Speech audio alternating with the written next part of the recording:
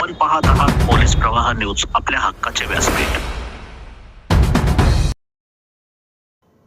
लोकशाही बळकट करण्यासाठी 100% मतदान करावे, कोल्हापूर जिल्हाधिकारी अमोल येडगे यांचे नागरिकांना आवाहन। कोल्हापूर जिल्ह्यामधील एकूण 68 जिल्हा परिषद गट आणि 136 पंचायत समिती गणासाठी 7 फेब्रुवारी 2026 रोजी मतदान होणार आहे।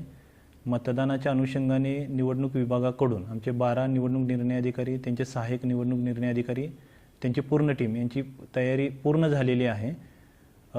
एकूण 2691 मतदान केंद्रावरती आपल्या 15,000 पेक्षा जास्त मतदान कर्मचारी आणि अधिकाऱ्यांच्या माध्यमातून मतदान प्रक्रिया पार पाडली जाणार आहे।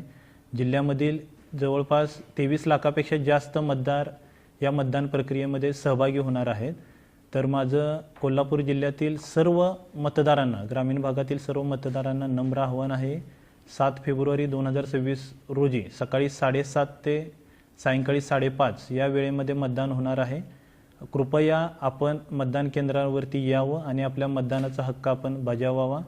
जिल्ह्यामध्ये मतदानाच्या अनुषंगाने मतदारांना माहिती देण्यासाठी जे आपण वोटर स्लिपचं जे वाटप करतो ते जवळपास 97% मतदारांच्या वोटर स्लिपचं वाटप पूर्ण झालेलं आहे आणि त्यावरती मतदान केंद्राची माहितीसुद्धा आपण मतदारांना दिलेली आहे आणि मतदान केंद्रावरती मतदारांना ज्या ॲश्युअर्ड मिनिमम फॅसिलिटी द्याव्या लागतात त्याचीही आपण तयारी केलेली आहे। आणि 7 फेब्रुवारी रोजी मतदानाच्या दिवशी ग्रामीण भागामध्ये सुट्टीसुद्धा निवडणूक विभागामार्फत जाहीर करण्यात आलेली आहे। तर माझ्या सर्व मतदारांना परत एकदा नम्र आव्हान आहे, मतदानाचा दिवस हा सुट्टीचा किंवा बाहेर फिरण्याचा दिवस नाही, तर लोकशाहीने आणि संविधानाने जो आपल्याला मूलभूत अधिकार दिलेला आहे, जो आपला महत्त्वपूर्ण अमूल्य अधिकार मतदानाचा दिलेला आहे, तो मतदानाचा अधिकार निपक्षपातीपणाने आणि योग्य विचारपूर्वक वापरण्यासाठी हा अधिकार दिलेला आहे। तर त्या अधिकाराचा वापर करा। प्रत्येक निवडणुकीमध्ये लोकसभा, विधानसभा, नगरपालिका, महानगरपालिका निवडणुकीमध्ये कोल्हापूर जिल्ह्यामधील मतदानाची टक्केवारी ही आघाडीवरती राहिलेली आहे।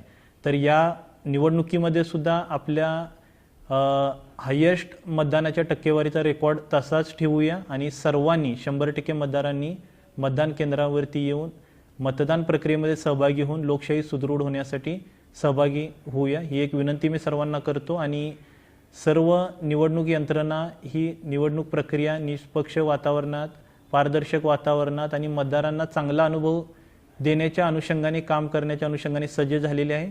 मतदारांनी सुद्धा समोर यावं। धन्यवाद।